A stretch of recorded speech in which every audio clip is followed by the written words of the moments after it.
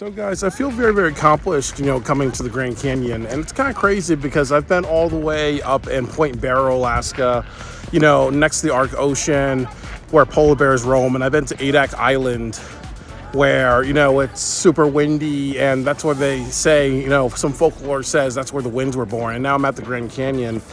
So, and it's also kind of funny because each time I think of the Grand Canyon, I think of the Roadrunner and Wile E. Coyote cartoon. My name is Byron Andreas, and I have a goal to visit all 50 states. After visiting Little Rock, Arkansas, I'm spending a few days at Las Vegas because of the AEW show Double or Nothing at the MGM Grand Arena. On Memorial Day, I decided to take the comedy bus tour of the Grand Canyon. I'll let you guys know in this video if it's worth it or not. If you enjoyed this video, please like, share, and subscribe. I'm looking forward to giving you guys more travel videos. Comedy and Deck Tour runs every single day, and it's roughly $140 to travel to the Hoover Dam and Grand Canyon.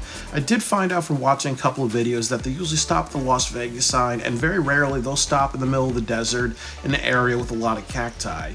The way to book the tour is to go to their website and click on the menu options. Select which tour you want, 10 hours for the Grand Canyon tour with a stop to the Hoover Dam, or 8 hours at the Hoover Dam. After that, you have to select which day you want to go. And also remember that there is an option where you can pay in full, or you can put $50 down if you're not sure. That way you just lose $50 if you no-show or plans change. I was staying at the MGM Grand Hotel, so I received an email from them saying that I should meet at the Excalibur Hotel at 6:30 a.m., which is a half an hour before departing time. The best way to get between hotels is Uber because of the large distance between hotels. And also when I was inside the Excalibur, I did ask people where to go, which is definitely very important to do. Joe was our tour guide for today, and he was very professional. He told us that our first stop was the Welcome to Fabulous Las Vegas sign, since we had extra time. At the Welcome to Fabulous Las Vegas sign, there were a lot of people waiting to take pictures at the center of the sign, but you can easily take a selfie at a different angle to avoid the line. You just have to be mindful of other people who are waiting.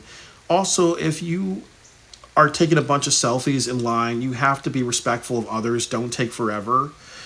I learned some interesting facts about the Las Vegas sign, such as that the gray circles in the middle of the sign are supposed to represent silver dollars because Nevada is considered the silver mining state. Also, the sign is inspired by the Googie art style, which had a huge influence on the Jetsons, and also a woman designed the Las Vegas sign. After everyone came back on the bus, we were given paperwork to fill out what we wanted for breakfast. Joe's was wise enough to call ahead to make sure all the food was ready, and he instructed us that we had 30 minutes there. I wasn't really impressed with the sausage, egg, and pancake order. It felt very kid-sized, and I kept questioning what animal did the scrambled eggs come from, because it's too tiny to come from a chicken, maybe a hummingbird. So I decided to order the cowboy omelet, which consisted of cheddar cheese and chili. Unfortunately, when it arrived, it was 10 minutes left to go. They did take a little too long getting it to me, and also I finished what I could of it because I didn't want the whole bus to smell of chili and cheese and egg. The first stop to the Hoover Dam was 50/50. It was beautiful, but it was a bit of a left town because there's a bridge that gets you right next to the Hoover Dam water. This one is on an overpass where you see the road that gets really close to the Hoover Dam, but still a very scenic sight.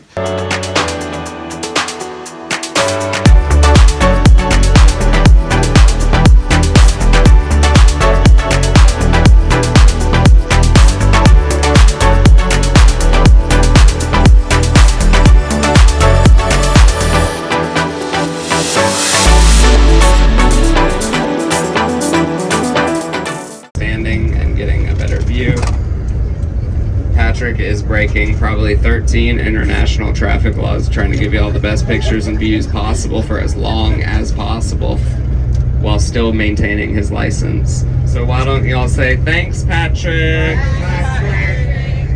The next stop was to the Grand Canyon. It was about 2 hours. However, our comedy host, Joe, really kept us entertained.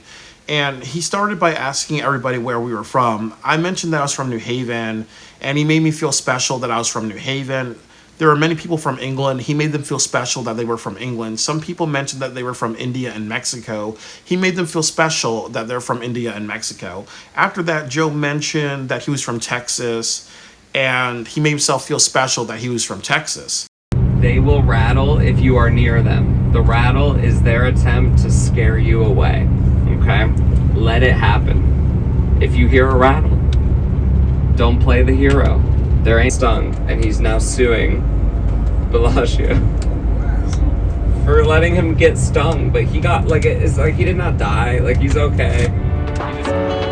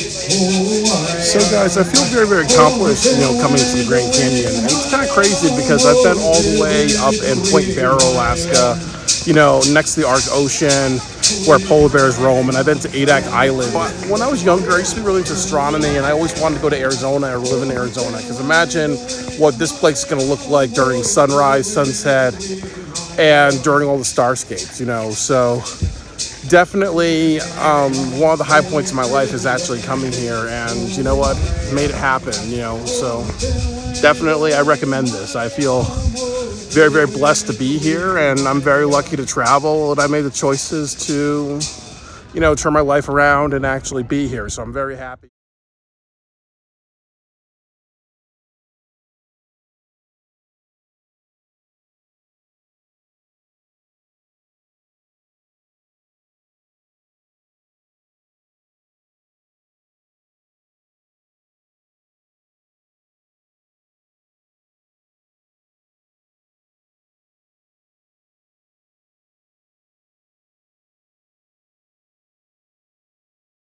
And then when we arrived to the Grand Canyon, he mentioned a bunch of safety instructions, such as not overturning rocks because there could be nocturnal animals, such as rattlesnakes and scorpions.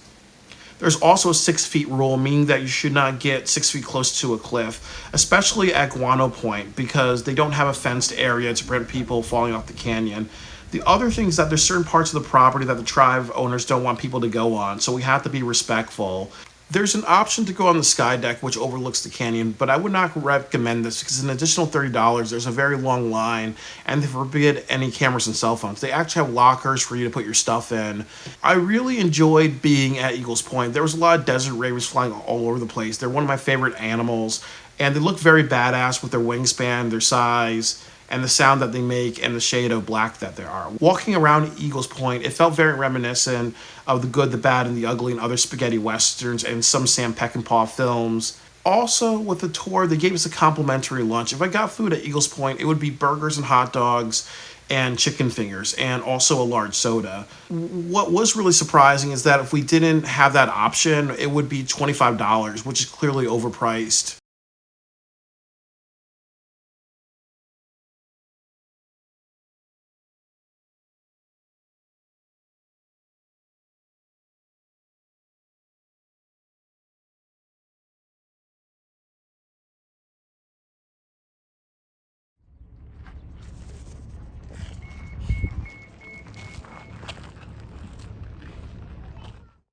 Point, there's a couple little safety announcements for you guys.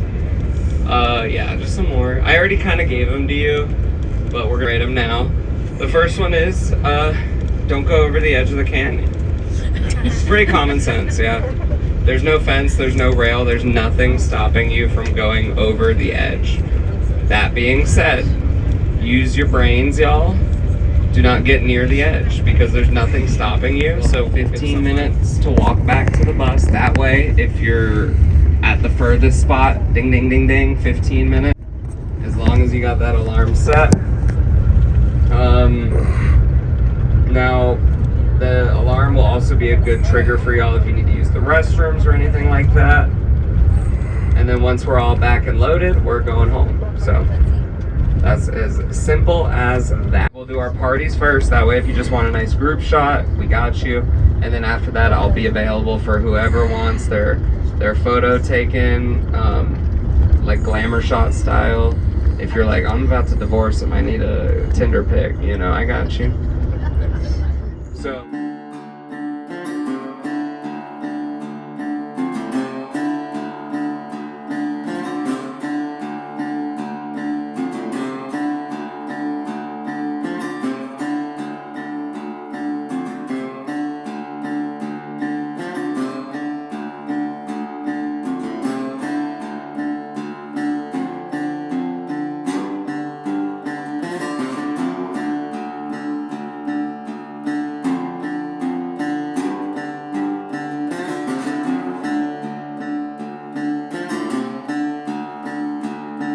I enjoyed Eagles Point a lot more, but definitely Guanos Point was a lot of fun, and I really enjoyed a lot of the rocks. There was actually this metal structure outside that reminded me of Mad Max.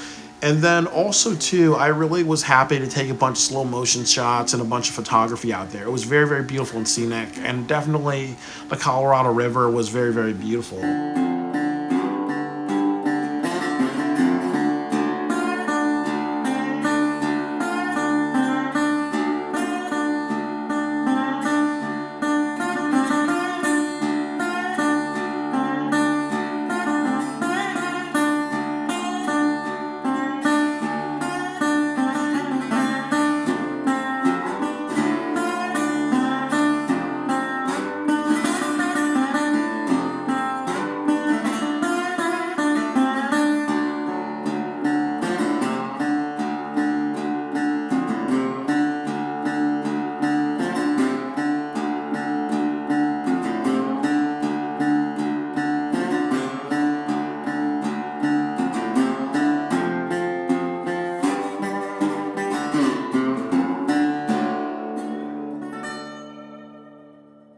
One thing that was not a highlight was the lunch at Guano Point. Once again, you would pay $25 if you didn't have the comedy bus tour pass.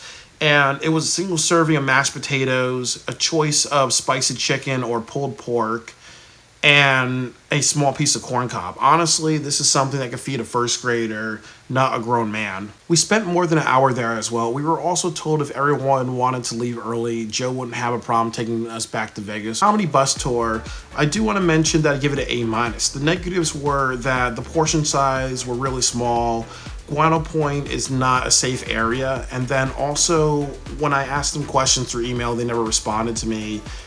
Yeah, definitely 10 hours is a very, very long day.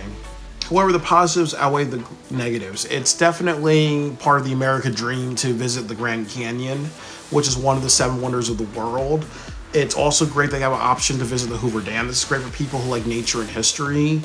The other thing too is that this gives you busy for 10 hours, so you're not wasting time in casinos on prostitutes or clubs or drinks and everything like that. The other thing is that as somebody who likes landscape photography and landscape cinematography, this is a dream come true, and this makes great vlog videos for people who like doing vlogs. The other thing too is that when they did the comedy bus tour, Joe was able to like look at everybody and just understand the youngest person there was a teenager. So he kept the comedy very PG. So there was no like sexual comedy. There was no like foul language. There was no Dave Chappelle or South Park type of comedy. Really great tour, and I can't recommend it enough.